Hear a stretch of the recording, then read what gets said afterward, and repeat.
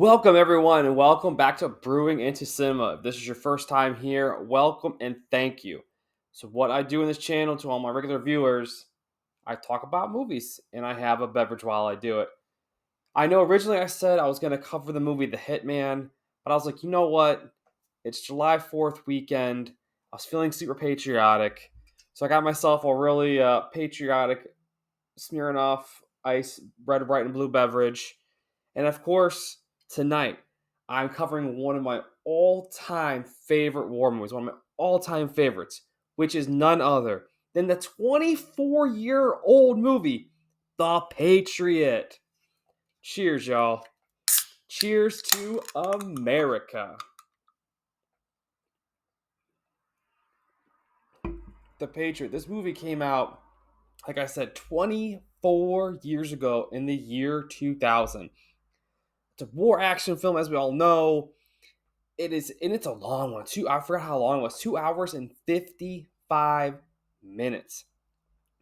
It is starring the late, great, young Heath Ledger as Gabriel. It is also starring Mel Gibson as Benjamin Martin, the father of Gabriel.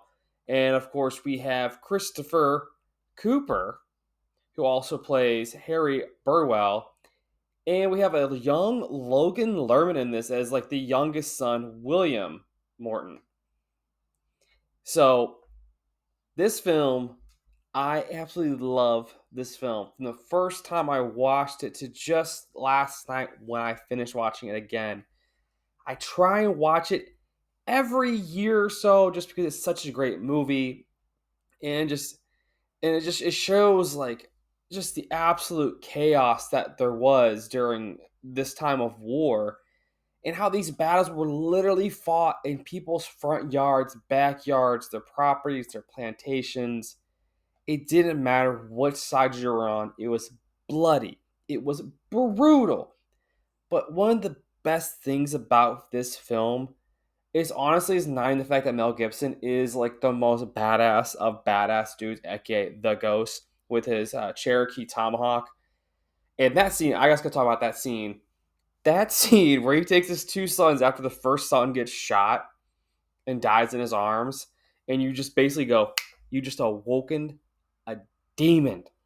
And this guy goes into a house burning to the ground. It's not quite terrible yet, but he still runs to a burning house, which is still pretty nuts.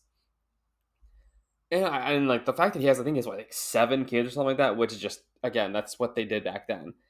And he goes in the house, gets his tomahawk, gets his gunpowder and like 3 rifles, and he takes his two youngest sons. They're probably 10 and like 7, 8.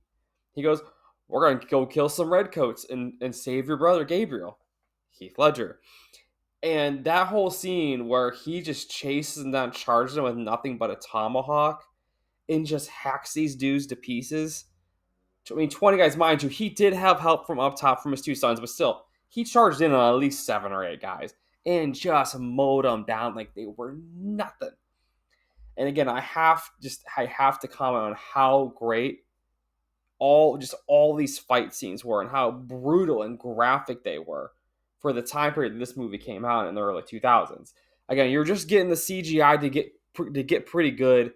It's really great now, but again, back then to have like the one scene, it's the I forget what it's like right after he saves his son. His son's going back out to battle, and they meet up in this abandoned house, and they're watching a battle with the Confederates and the Patriots, and they're getting ready to clash in the middle of the field. And it does just the way they fought back then, literally lining up face to face and just firing a gun with no real accuracy. Honestly, most of these guys were not that accurate. I can imagine the guns weren't that accurate, and it takes forever to reload. So you basically have to stand there and just wait to get shot and hope you don't get shot.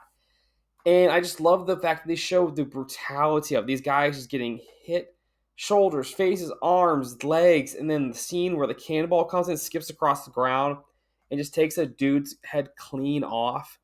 I mean, that shot is pretty nasty, but at the same time, it was a great, CGI shot. They were able to do something like that. And then you go back to the barracks where they're all like camped out and stuff, and you see dudes' limbs getting hacked off, Dudes are all bloodied and bandaged. When Mel Gibson comes rolling in with his son Gabriel, it's just the brutality, the absolute brutality of war back then. It's just so just horrible and just disturbing to think about just the amount of pain these guys went through. But again, we're talking about the film. Great, again, great performance. Heath Ledger. I wished his part was longer because, as we all know, he gets killed because he thinks he has. I forgot the bad guy. I forget the his name now. Thinks he has when he gets stabbed. And of course, so Mel Gibson sees that.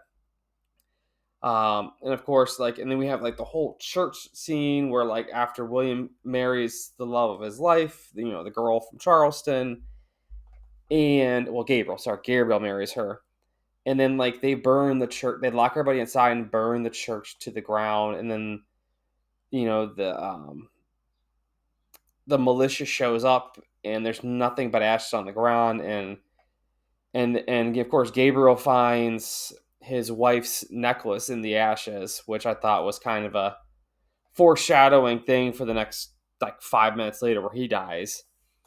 And so, of course, the amount of pain that Mel Gibson's character goes through in this film, losing several sons, and the fact that one of his daughters won't even speak to him after the death of the mom. And it's just all these fight scenes and the way the militia is getting picked off. They start real strong, getting picked off, and their numbers just keep shrinking and shrinking and shrinking. The one guy kills himself because his family gets burned in the church. That's a really horrible, depressing scene. And eventually, they rally the troops and they charge in. And of course, we know they defeat the British. And of course, the French show up. The French guy, his character is incredible as well, because he doesn't believe the French are actually going to show up because they said it's a 6-month journey.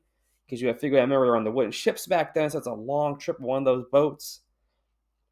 And of course, one of my favorite scenes, which I thought really funny, was where they have some of the militia captured and held in the barracks, and General Cornwell releases them after Mel Gibson tricks them into thinking he has several of his generals at gunpoint up on a hill. He gets all his people released, and then they go up to and find that the people in uniforms are literally just scarecrows in uniforms, which I thought was hilarious. And then he whistles for the two dogs, and the two dogs do not stay with their master. They go with Mel Gibson, their new master. Then of course, we have the end fight scene between Mel Gibson and the main bad guy, and we just see the absolute just basically almost like demolition, where the guys are retreating and Mel Gibson picks up the flag and he's charging in the blood, in the dirt, in the smoke, in the gunfire. And he just charges forward and he waves that flag. And then when he impales the guy with the flag at the end, he says, I killed both of your sons. And he goes, looks like I killed you too. And then Mel Gibson just goes, huh, and just murders him. Just murders him. Oh, it's such a great, violent war movie. Team America, baby. Cheers to America. 4th of July week. Let's go. Again, I just, like I said, I decided to do this movie because it's 4th of July.